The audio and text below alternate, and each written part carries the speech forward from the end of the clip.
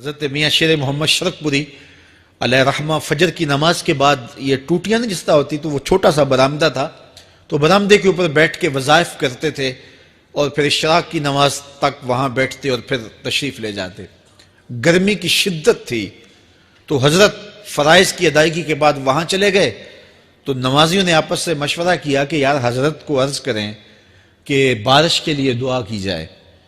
تو حضرت جا کے وہاں اپنے وظائف میں لگ گئے، تو انہوں نے کہا چلو ہم مسجد کے سین میں کھڑے ہو جاتے، حضرت توجہ کریں گے تو عرض کریں گے۔ تو جتنے نمازی تھے وہ سارے صحن میں کھڑے ہو گئے اور برآمدے کے اوپر میاں صاحب وظائف میں لگے۔ جب آپ کی نظر پڑتی نا لوگوں کی جانب، تو جتنے بھی نمازی تھے سارے ہاتھوں سے اشارے کر کے کہتے یعنی دعا کرو، زبان سے نہ بولتے، ہاتھوں کو ایسے ہلاتے اور یہ کہتے کہ ادھر آسمان کی طرف اشارہ کر کے کہتے دعا کرو۔ میاں صاحب پھر وظائف میں لگ جاتے۔ پھر جب میاں صاحب کی آنکھ اٹھتی نا تو یہ سارے ہاتھ اٹھاتے اور آسمان کی طرف ہاتھ اٹھا کہتے میاں صاحب پھر وظائف میں لگ جاتے۔ جب 2-3 مرتبہ ایسا ہوا نا تو میاں صاحب کی ہنسی نکل گئی اور ایسے آسمان کی طرف دیکھ کے کہا چل ہن پا دے۔ کہتے ہیں بس یہ بات کہنے کی دیر تھی کہ چھم چھم می برسنے لگا۔ تو جب کوئی حضور کا ہو جاتا ہے تو رب اس کو اپنا محبوب بنا لیتا ہے۔ تو حضور کی محبت خدا کی محبوبیت کا ذریعہ ہے، اس لیے ہمیں حضور کا پیار اپنی روحوں میں موجزن کرنا ہے، حضور کی محبت اپنی روحوں میں اتارنی ہے، اور محبت اپنے تمام تر تقاضوں کے ساتھ جب روح پذیر ہوگی تو پھر ہمارا انداز زندگی بھی سنور جائے گا، ہماری آخرت بھی سنور جائے گی۔ محبت کے من جملہ تقاضوں میں سے سب سے بڑا تقاضا محبوب کی اطاعت ہے کہ بندہ جس سے پیار کرتا ہے اس کی بات مانتا ہے۔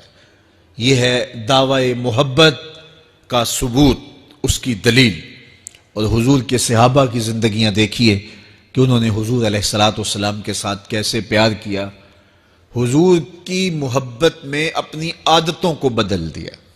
حالانکہ عادتیں نہیں بدلی جاتی، 2 سکے بھائی ہوں، رشتہ کتنا گوڑا ہے، اور ایک گھر میں پرورش پائی ہے، ایک گود میں پلے ہیں، ایک باپ کے گہوارہ تربیت میں رہے ہیں، لیکن طبائع میں اختلاف یہ ایک فطری بات ہوتی ہے۔ ہمارے پاس لوگ آتے ہیں، 2 سکے بھائی ہوتے ہیں، ایک کی طبیعت ادھر کو جا رہی ہوتی ہے، دوسرے کا مزاج ادھر کو جا رہا ہوتا ہے، ایک سخت نرم مزاج ہوتا ہے اور دوسرے کی آنکھوں سے انگارے پھوٹ رہے ہوتے ہیں، ایک معاف کر دینے والا ہوتا ہے، ایک سخت غصیلا ہوتا ہے، ایک کی طبیعت کے اندر تلخی کی چنگاریاں ہوتی ہیں اور ایک کی طبیعت کے اندر نرمی کے پھول ہوتے ہیں، آپ نے بھی دیکھا ہوگا۔ تو یہ ایسا ہوتا ہے۔ اب اسی طرح کھانے پینے کی چیزوں میں طبائع کا اختلاف یہ فطری بات ہے، ایک کو ایک چیز پسند ہوتی ہے، دوسرے کو وہ چیز پسند نہیں ہوتی ہے۔ بعض اوقات ماں کو مسئلہ ہوتا ہے کہ یہ چیز اگر میں تیار کرتی ہوں تو میرا دوسرا بیٹا نہیں کھاتا، تو اس کے لیے بعد سے الگ سے کوئی چیز تیار کرنی پڑتی ہے کہ اس کی ڈیمانڈ یہ ہے اور میرے اس بیٹے کی ڈیمانڈ یہ ہے۔ مائیں مزاج سمجھتی ہیں، ایک آغوش میں پرورش پانے کے باوجود خون ایک ہے، گہوارہ تربیت ایک ہے، دودھ ایک ہے، لیکن طبیعتوں کے اندر اختلاف پایا جا رہا ہے۔ لیکن صحابہ کی زندگیاں دیکھیے، انہوں نے اپنی طبیعتیں بھی حضور کی طبیعت کے سانچے میں ڈھال دی۔ حضرت انس بن مالک کو کسی نے دیکھا کہ وہ شوربے سے کدو کے ٹکڑے نکال کے کھا رہے ہیں، تو کہا یہ کیا کر رہے ہو؟ کہا میں نے ایک دن حضور کو یوں کرتے ہوئے دیکھا تھا۔ تو طبائع کا اختلاف یہ ایک فطری اختلاف ہوتا ہے، لیکن صحابہ نے اس کو بھی چھوڑا اور حضور کی محبت کے سانچے میں ڈال دیا۔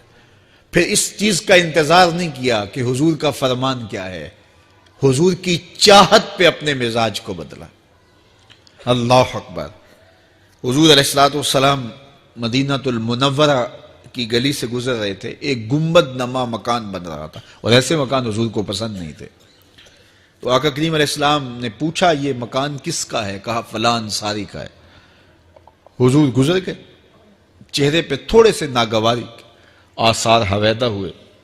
کسی نے اس صحابی کو بتا دیا کہ حضور گزرے تھے، تیرے مکان کو دیکھا، شاید پسند نہیں آیا۔ 2-4 دن کے بعد حضور دوبارہ گزرے، دیکھا کہ وہاں ملبے کا ڈھیر پڑا ہوا تھا۔ فرمایا اس صحابی کو بلاؤ، بلایا گیا، کہا میں پرسوں ترسوں گزرا تھا، تیرا مکان دیکھا تھا، یہ کیا ہوا؟ عرض کی میں نے گرا دیا ہے۔ فرمایا کیوں؟ عرض کی سنا تھا آپ کو پسند نہیں، سنا تھا آپ کو پسند نہیں، میں اور آپ دیکھیں ہمارا کیا کیا حضور کو پسند نہیں، سر سے لے کر پاؤں تک، نجی زندگی سے لے کے سیاسی زندگی تک، اپنے امور ذات سے لے کر کے اپنی معاشرتی زندگی تک، ہمارا کیا کیا حضور کو پسند نہیں، اور ہر وہ چیز بدل دیں جو حضور کو پسند نہیں۔ محمد دی زیارت محمد دے رنگ وچ، اے ٹھگ بازیاں جانے پیارا محمد صلی اللہ علیہ وسلم۔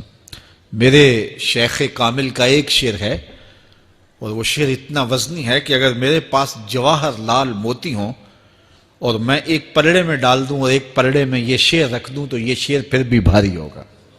یاری لا تو پاک نبی سنگ، اے پر پوری یاری، پھر درود قبول ہے تیرا لکھ نہ لوں ایک واری۔ 1.25 لاکھ مرتبہ درود پڑھنا ایک طرف، اور ایک دفعہ حضور کی ذات پہ درود پڑھنا، ان کی محبت کے سانچے میں یوں ڈھل کر کے جو وہ کہتے ہیں وہ میری زندگی کا عمل ہے، یہ اس سے وزنی ہے، یہ اس سے بھاری ہے۔ تو حضور کی محبت، حضور کے ایک صحابی تھے، وہ حضور کو ملنے آئے، اور آئے تھے بحرین سے۔ اچھا، انہوں نے حضور کو سلام کیا تو حضور نے رخ پھیر لیا، ناراضگی کا اظہار کیا، تو وہ سمجھے کہ شاید حضور نے ایسے ہی رخ پھیرا، تو جدھر حضور نے رخ پھیرا وہ ادھر جا کے سلام کرتے ہیں، تو حضور نے پھر رخ پھیر لیا، سمجھ گئے کہ حضور ناراض ہیں۔ اب انہیں سمجھ یہ نہیں آ رہی تھی کہ ناراضگی کا سبب کیا ہے۔ وہ اصحاب رسول سے پوچھنے لگے کہ حضور مجھ سے ناراض لگتے ہیں، آپ میں سے کوئی بتا سکتا ہے کہ حضور کیوں ناراض ہیں؟ اللہ اکبر! آج تو کوئی بڑا باپ ہو، مرشد ہو، استاد ہو، ناراض ہو جائے اور شاگرد کو ناراضگی کی وجہ معلوم نہ ہو تو وہ الٹا ناراض آگے سے ہو جاتا ہے کہ میں نے جرم کیوں کیا ہے کہ استاد کا مزاج بگڑ گیا ہے۔ اللہ اکبر! لیکن ذرا دیکھیے، رنگ دیکھیے محبت کے، وہ صحابہ سے پوچھتا پھرتا ہے کہ حضور مجھ سے ناراض ہیں، مجھے بتائیے کہ کیا سبب ہوا؟ تو انہوں نے کہا کہ یہ تیرے ہاتھ میں جو سونے کی انگوٹھی ہے، اس سے حضور ناراض ہیں، کیونکہ حضور اس کو منع کر چکے ہیں۔ امت کے لیے سونا چاندی حضور نے امت کے مردوں کے لیے منع فرما دیا، صرف 4.5 ماشے سے کچھ کم کی انگوٹھی چاندی کی، اور وہ بھی عدد میں 1 ہو، شریعت نے جائز رکھی ہے۔ اگر 2 ماشے کی 2 ہوں گی تو پھر بھی جائز نہیں۔ عورت کو جائز ہیں 10 انگوٹھیاں پہنے، سونے کی پہنے، چاندی کی پہنے، یہ اس کا زیور ہے۔ مرد کو زیور کی ضرورت نہیں ہے، زینت کی ضرورت نہیں ہے، لہٰذا مرد کے لیے 1 انگوٹھی رکھی گئی ہے، وہ بھی اس لیے کہ اگر وہ کہیں مشکل میں ہو تو اس کو بیچ کر کے 2 وقت کا کھانا لے سکے۔ باقی اس کے لیے انگوٹھی 4.5 ماشے سے کم کا چاندی یا سونا 1 ماشا ہی کیوں نہ ہو، اس کے لیے جائز نہیں ہے۔ تو اس نے سونے کی انگوٹھی پہن رکھی تھی، لیکن اسے حرمت کا پتہ نہیں تھا، تو اس نے کہا کہ حضور مجھ سے کیوں ناراض ہیں؟ تو صحابہ نے کہا شاید یہ اس انگوٹھی کی وجہ سے ناراض ہیں۔ تو اس نے یہ نہیں کہا کہ مجھے تو پتہ ہی نہیں تھا، میرا کیا قصور؟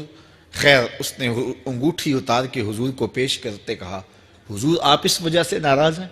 حضور نے انگوٹھی پکڑی اور ایسے پھینک دی، ناراضگی کی وجہ ختم ہو گئی، وہ بیٹھ گیا، بات شروع ہو گئی۔ اللہ اکبر! جب سلسلہ کلام ہوتا رہا، جب مجلس برخاست ہوئی، لوگ اٹھ کے گھروں میں جانے لگے، وہ بھی اٹھا اور الٹے پاؤں سے پیچھے چلا، تو کسی نے اس کو کہا وہ انگوٹھی تو اٹھا لو، سونے کی انگوٹھی ہے، قیمتی ہے، چلو تمہارے لیے پہننا جائز نہیں، تمہاری بیوی کے لیے تو جائز ہے۔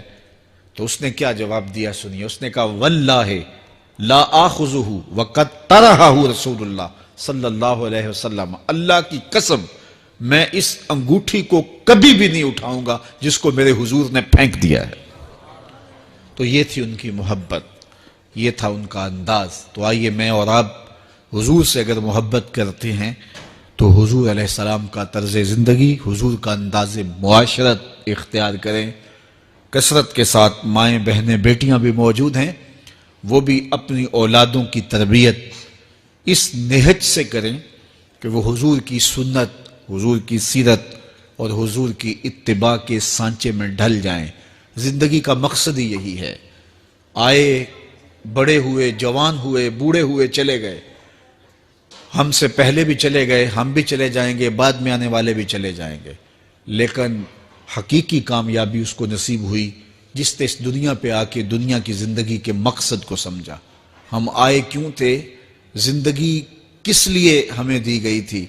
اکبر الہ آبادی نے کیا ستھری تنقید کی تھی، کیا بتائیں احباب، کیا کارنمایاں کر گئے، بی اے کیا، نوکر ہوئے، پینشن ملی اور مر گئے۔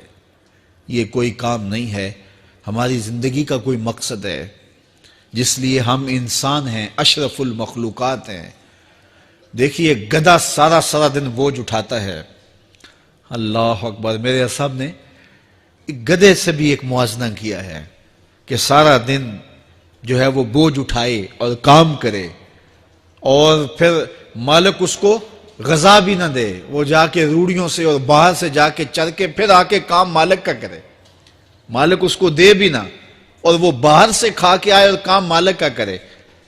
تو اگر بندہ ہو کے، انسان ہو کے اگر نہ کرے تو میرے حضور نے ایک لمبی ربائی ہے، اس میں آخر میں لکھتے ہیں، تو چنگا یعقوب یا کھوتا، تینوں شرم نہ آوے۔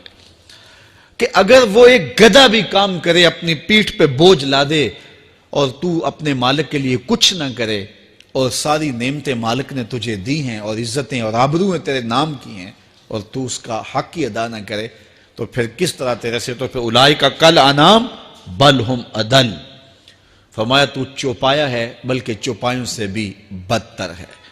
تو میں اور آپ اپنے آپ کو انسان ثابت کریں۔ آج موقع ہے، سے ثابت نے اجے حواس تیرے، سے ثابت نے اجے حواس تیرے، کر لے نیکیاں رج کے تو، اڑیا رب رسول کیوں پل بیٹھوں، آ رب رسول ول پج کے تو، آئی موت ایتھے رہسن کم تیرے، آئی موت ایتھے رہسن کم تیرے، نیکیاں کر لے بھج کے تو، کی آکھ سن لوگ یعقوب تینوں، جب ٹر پیوں سر منہ کج کے تو۔ وہ وقت آئے گا جب تنیاں باندھ دی جائیں گی، جب دونوں جانب سے کفن باندھ دیا جائے گا، پھر پردہ ہٹا ہٹا کے دیکھا جائے گا، پھر بند کر دیا جائے گا۔ وہ لمحے کتنے دردناک ہوں گے، وہ گھڑیاں کتنی دردناک ہوں گی۔ آج مجھے اور آپ کو اللہ نے موقع دیا ہے، تو آج حضور کی سیرت کو اپنانے کا، اپنی روحوں میں اتارنے کا عزم کر کے